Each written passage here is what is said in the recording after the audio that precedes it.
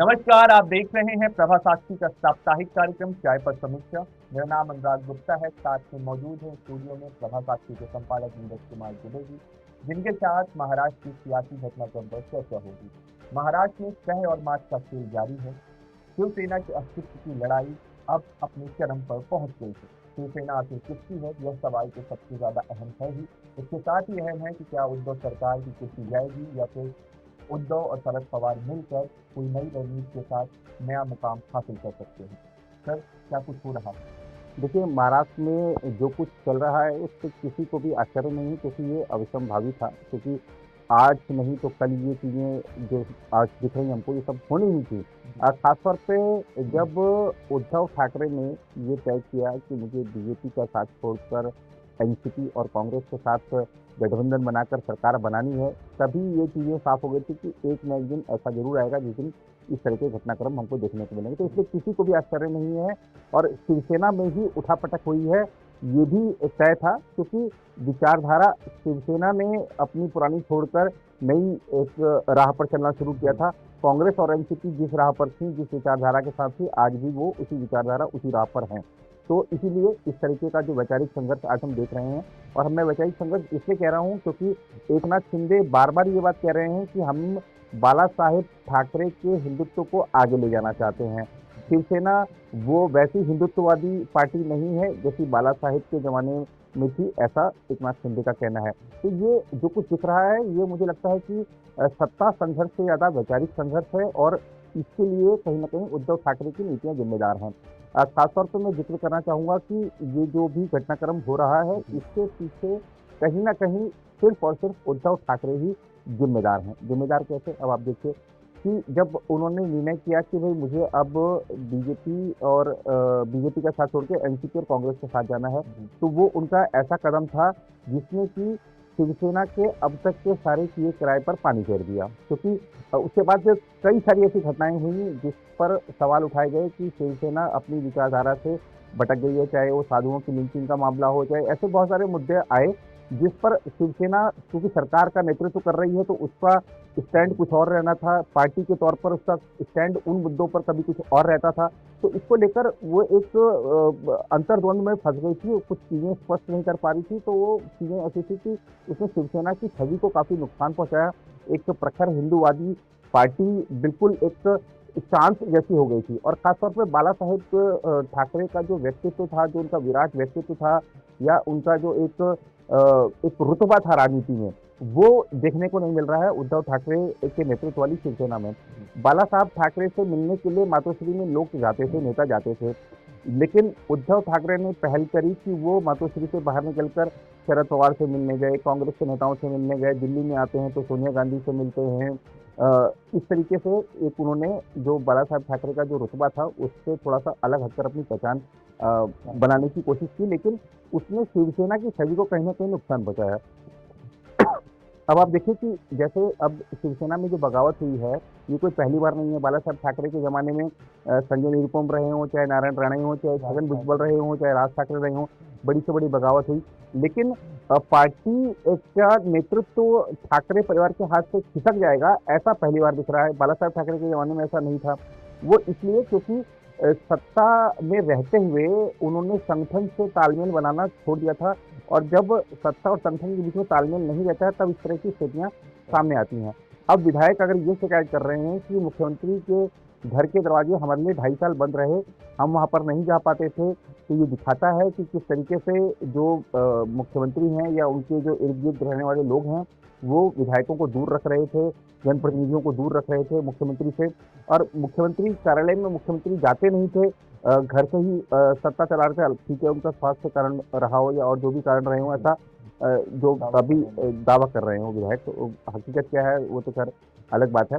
लेकिन ये सब चीज़ें दिखा रहा है कि उद्धव ठाकरे गलतियों पे गलतियां किए जा रहे थे, और उनको अगर ये नहीं पता लगा, मुख्यमंत्री अगर किसी राज्य का है, उसको अगर ये नहीं पता लग पा रहा है कि मेरे विधायक भाग रहे हैं, मेरे विधायक विमान में बैठ के दूसरे राज्य में जा रहे हैं, अगर मुख्यमंत्री रहते हैं उसको, अगर तो इसको इंटेलिजेंस फेलियर बोला तो बताया जाएगा।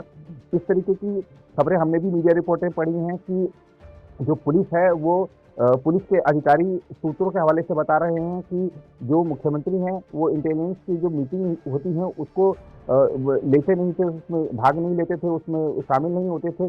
तो ये सब चीज़ें होगा ही होगी। और खासतौर पर जब शरद पवार की तरफ से भी इस तरीके की बात कही जा रही है और एनसीपी के नेता भी ये बात कह रहे हैं कि मुख्यमंत्री को बता दिया गया था कि आप अपने विधायकों को संभालिए क्योंकि बगावत हो सकती है या इस तरह की घटनाएं हो सकती हैं। उसके बाद मुख्यमंत्री ने उसको सीरियसली नहीं लिया और ये मानते रहे कि भाई मैं अगर शिवसेना प्रमुख हूँ तो मैं आगे सब चीज़ें मैं कंट्रोल कर लूँगा। तो ये दिखाता है कि कहीं न कहीं उद्धव ठाकरे गलती पे गलती किए जा रहे थे और ख़ास तौर पे हाल ही में जिस तरीके के जो घटनाक्रम हुए थे, चाहे नवनीत राणा वाला घटनाक्रम था, चाहे लाउड स्पीकर वाला घटनाक्रम था, उस पर शिवसेना ने जो स्टैंड लिया उससे उसकी जो हिंदुत्ववादी वाली पार्टी की छवि थी, वो प्रभावित हुई है और इसीलिए आज ये जो वैचारिक संघर्ष है वो सड़कों पर दिख रहा है।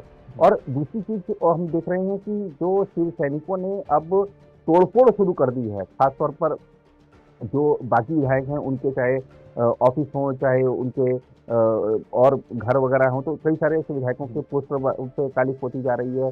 तो ये सब दिखा रहा है कि शिवसेना अपने असली रूप में आ रही है। जो इस तरह के उस पर आरोप लगते थे कि वो दंगा करती है, इस तरीके की हरकतें करती है, तो इस तरह से बचना चाहिए। आप सत्ता में हैं, आप सड़कों पर उस पार्टी को उतरने का अधिकार होता है जो विपक्ष पे है। आप सत्ता में हैं, आप अपनी ही अगर जो पार्टी के कार्यकर्ताओं को गुंडागर्दी करने देंगे तो ये दिखाता है कि कानून व्यवस्था आपके हाथ से खिसक रही है। और खासतौर पर अगर हम ये देखें कि जिस तरीके से जो विधायक हैं अब वो कह रहे हैं कि आपने एक डिप्टी स्पीकर के पास एप्लीकेशन डाल दी है कि ठीक है आप उनकी सदस्यता रद्द कीजिए, लेकिन आपको जो फ्लोर टेस्ट है उसको कराना चाहिए पहले। मुख्यमंत्री को ये देखना चाहिए कि इस समय की जो संवैधानिक जरूरत है वो क्या है। अब अगर बाला साहेब ठाकरे होते, अब ठीक है वो उद्धव ठाकरे कह रहे हैं कि मेरे को सत्ता से मोह नहीं है और मैं 1 मिनट में छोड़ सकता हूँ, लेकिन वो छोड़ तो नहीं रहे ना। बाला साहेब ठाकरे आज होते तो वो सत्ता को तुरंत छोड़ देते और वो पार्टी सत्ता तुरंत छोड़ देते और पार्टी को फिर से खड़ा करते।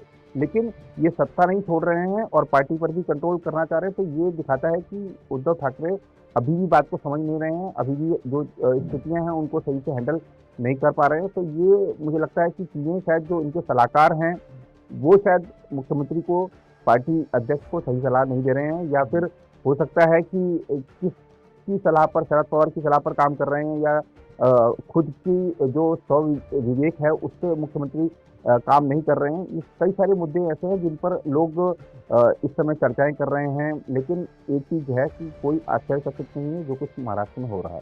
तो ये जो मामला है महाराष्ट्र में चल रहा है कितना अलग है मध्य प्रदेश कर्नाटक से, क्योंकि मध्य प्रदेश में जनता ने जिन्हें वोट दिया था उसकी ही सरकार को हटाकर सरकार बदली गई, लेकिन यहाँ पर जो जनादेश था वो तो भाजपा के पक्ष में गया था, सबसे ज़्यादा विधायक भाजपा के चुन कराए थे। हालांकि बात अलग है कि शिवसेना चुनाव के बाद भाजपा के साथ नाता तोड़ दिया और फिर नए गठबंधन में शामिल हो गई। तो कितना अलग है ये मामला? देखिए महाराष्ट्र में ये जो सरकार है ये जनादेश की चोरी करके बनी है, क्योंकि जनादेश ये था कि देवेंद्र फडणवीस के नेतृत्व वाले गठबंधन को बहुमत मिला था कि आप सत्ता चलाइए।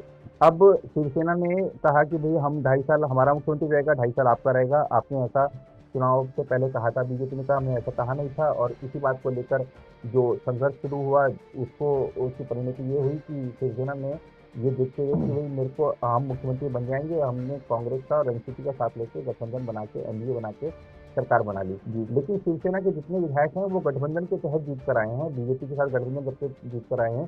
तो वो इसलिए तो आज कह रहे हैं कि हमको बीजेपी के साथ जाना चाहिए, क्योंकि बीजेपी असली हिंदुत्ववादी पार्टी है और हमको जो जनादेश मिला था वो बीजेपी के साथ सरकार बनाने के लिए मिला था, और आपको जो एनसीपी है और जो कांग्रेस है वो हमको काम नहीं करने दे रहे हैं। और ये जो आरोप शिवसेना के विधायक लगा रहे हैं, ऐसा ही आरोप कांग्रेस लगा रही है। कांग्रेस कह रही है कि एनसीपी के मंत्री हमको काम नहीं करने देते हैं। और आप देखिए कि किस तरीके से पिछले 2-4 दिनों में, जब से 21 जून से ये सब घटनाक्रम वहाँ पे घटित होना हुआ है, शुरू हुआ है, तब से आप देखिए कि किस तरीके से जो मंत्री हैं, मुझे लगता है कि शायद 200 से ज़्यादा सरकारी आदेश यानी जीआर जारी हो चुके हैं, करोड़ों रुपए आवंटित हो चुके हैं। तो लगातार जिस तरीके से ये एक हड़बड़ी में सरकारी आदेश दिए जा रहे हैं कि इस मद में इतने करोड़ रुपए आवंटित कर दो, इस मद में इतने करोड़ रुपए आवंटित कर दो, तो इसको राज्यपाल को देखना चाहिए कि ये कहीं कोई संवैधानिक तरीके से ये सब चीज़ें हो रही हैं कि नहीं हो रही हैं, कि सरकार जा रही है इसलिए मैं जल्दी जल्दी जो कुछ करना है मैं कर दूं, वो जायज़ नहीं है। तो ये राज्यपाल को इन सब चीज़ों पर खासतौर पे जो जीआर जारी हुए पिछले 21 दिन के बाद से जो भी कुछ हुआ है वहाँ पे घटनाक्रम, उस पर ध्यान देना होगा। और कुछ भी कर ले खासतौर पे शिवसेना, क्योंकि शिवसेना का ये आंतरिक संघर्ष है, किसी और पार्टी का इसमें हाथ है या नहीं वो अलग अलग विषय है।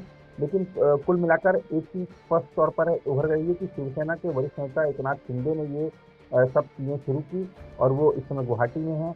उनके साथ शिवसेना के 37 से ज़्यादा विधायक हैं, निर्दलीय विधायक उनके साथ हैं। और शिवसेना का ही संघर्ष है, बीजेपी में कोई संघर्ष नहीं है, एनसीपी में कोई संघर्ष नहीं है, कांग्रेस में कोई संघर्ष नहीं है। तो शिवसेना अपना घर नहीं संभाल पाई, जो पार्टी अपना घर नहीं संभाल पा रही है वो सरकार कैसे चला रही होगी महाराष्ट्र में, ये एक सवाल उठता है। और जब महाराष्ट्र में आप देखिए मुख्यमंत्री घर छोड़कर चले गए हैं, सरकारी बंगला छोड़कर चले गए हैं, और जिस तरीके के घटनाक्रम हुए हैं, कई सारे आधे जो मंत्री हैं वो गुवाहाटी में बैठे हैं, तो कैसे महाराष्ट्र में इस समय काम हो रहा होगा, जनता किस तरीके से पीस रही होगी इस राजनीतिक घटनाक्रम के बीच, ये सब चीज़ें सामने हैं। मुख्यमंत्री को एक पहल करनी चाहिए, राज्यपाल को एक लेटर लिखना चाहिए कि भैया आप हमको एक तो अपना बहुमत साबित करने का मौका दें, फ्लोर टेस्ट कराएं। और ये जो जितना भी घटनाक्रम लंबा खिंच रहा है उससे महाराष्ट्र का नुकसान हो रहा है, महाराष्ट्र की छवि प्रभावित हो रही है। इस सारी जो राजनीतिक अस्थिरता है उसका वातावरण एक कह सकते हैं कि इसको खत्म, इस अस्थिरता के वातावरण को खत्म करने के लिए मुख्यमंत्री को पहल करनी चाहिए, बहुमत अपना साबित करना चाहिए, नहीं तो विपक्ष में बैठना चाहिए। जितनी जल्दी ये सब चीज़ें ये अस्थिरता खत्म होगी राज्य के हित में रहेगा, और ये सभी पार्टियों की जिम्मेदारी है। बिल्कुल।